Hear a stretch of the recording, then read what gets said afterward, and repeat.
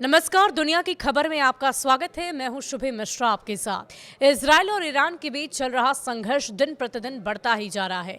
Israeli defence force का यह दावा है कि ईरान ने एक बार फिर इजराइल की तरफ मिसाइलें दागी है। आईडीएफ उन मिसाइलों को चिन्हित करके मार गिराने की कोशिश कर रहा है। मिसाइल हमले से लोगों को आगाह करने के लिए जेरूसलम और तेल अवीव में लगातार हवाई सायरन बज रहे हैं। एक रिपोर्ट के अनुसार जेरूसलम में सायरन की आवाज के बीच तेज धमाके सुनने को मिल रहे हैं। आसमान में मिसाइलों के आतिशबाजी के कई वीडियो सामने आ रहे हैं। इजराइल को आपातकालीन सर्विस एजेंसी आपको बता दें कि इस एजेंसी मैगन डेविड एडोम के अनुसार उनकी टीम प्रभावित क्षेत्रों की तरफ तेजी से आगे बढ़ रही है।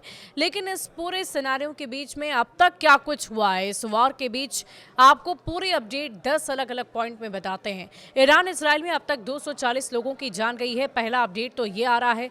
दूसरी खबर हम आपको ये बता दें कि ईरान के सुप्रीम लीडर को मारना चाहता था इजराइल ने अपनी एयर स्ट्राइक में ईरान के परमाणु ठिकाने, टॉप कमांडर्स, बैलिस्टिक मिसाइल को निशाना बनाया। आपको बता दें कि रिपोर्ट के अनुसार इजराइल का अगला टारगेट ईरान के सुप्रीम लीडर अयातुल्लाह खामेनी थे। लेकिन अमेरिका की चेतावनी के बाद इजराइल ने अपने कदम को पीछे कर लिया। सीज फायर पर बात करने से इनकार किया गया। तीसरा पॉइंट, ईरान ने संघर्ष विराम की वार्ता को सिरे से खारिज कर दिया है और इस मामले में मध्यस्थता करने वाले कतर और ओमान को तेहरान ने साफ कर दिया कि इजरायली हमले का अच्छी तरह से जवाब देने के बाद ही सीज फायर पर विचार किया जाएगा।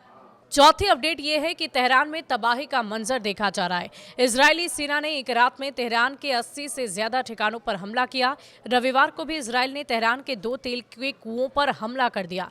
इसके अलावा इजरायल ने तेहरान पुलिस और रक्षा मंत्रालय के मुख्यालय को निशाना बनाया। पांचवा पॉइंट यह है कि ईरान के समर्थन में उतरे हूती विद्रोही। ईरान के रिवॉल्यूशनरी गार्ड्स ने यह दावा किया है कि ईरानी सेना ने इजरायल के लड़ाकू विमानों में ईंधन भरने वाली जगह को तबाह कर दिया है। यमन के हूती विद्रोहियों ने भी इजराइल पर हमला किया। वहीं इजराइल ने हूती विद्रोहियों के 7 ड्रोन्स को मार गिराया। रिवॉल्यूशनरी गार्ड्स के खुफिया प्रमुख की हत्या की गई है।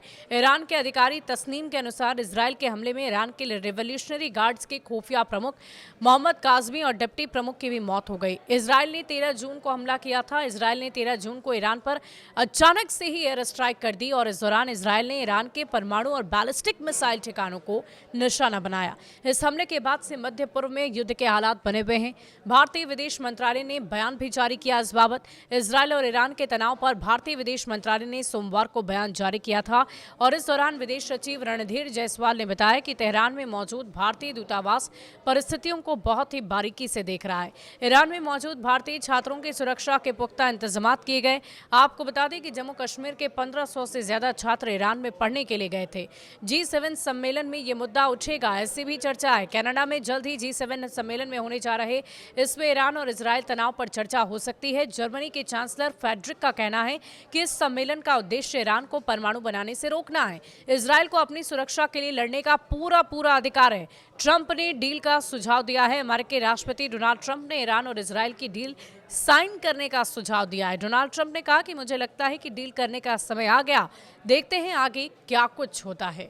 तो अब तक क्या खबर रही है, हम आपको पूरी जानकारी इस वीडियो के माध्यम से दे रहे हैं। लेकिन इन सब के बीच सवाल ये है कि क्या वाकई पेट्रोल डीजल के दाम भी बढ़ सकते हैं? 7% तक बढ़ने की आशंका जताई जा रही है। तो इन सब के बीच खबर यह है कि इस संघर्ष पर, इस युद्ध पर फिलहाल तो विराम लगता हुआ नजर नहीं आ रहा है। हालांकि अमेरिका का ये कहना है कि जल्द ही युद्ध विराम देखा जाएगा अमेरिका की मध्यस्थता से, क्योंकि बैठकों का दौर लगातार जारी है। लेकिन इन बैठकों में कुछ भी निकलकर अब तक सामने नहीं आया है। हमारी आज की दुनिया की खबर आपको कैसे लगी, कमेंट सेक्शन में लिखकर जरूर बताइएगा। और भी ऐसी जानकारी के लिए आप देखते रहिए न्यूज़ 18 बिहार झारखंड का डिजिटल प्लेटफॉर्म। शुक्रिया।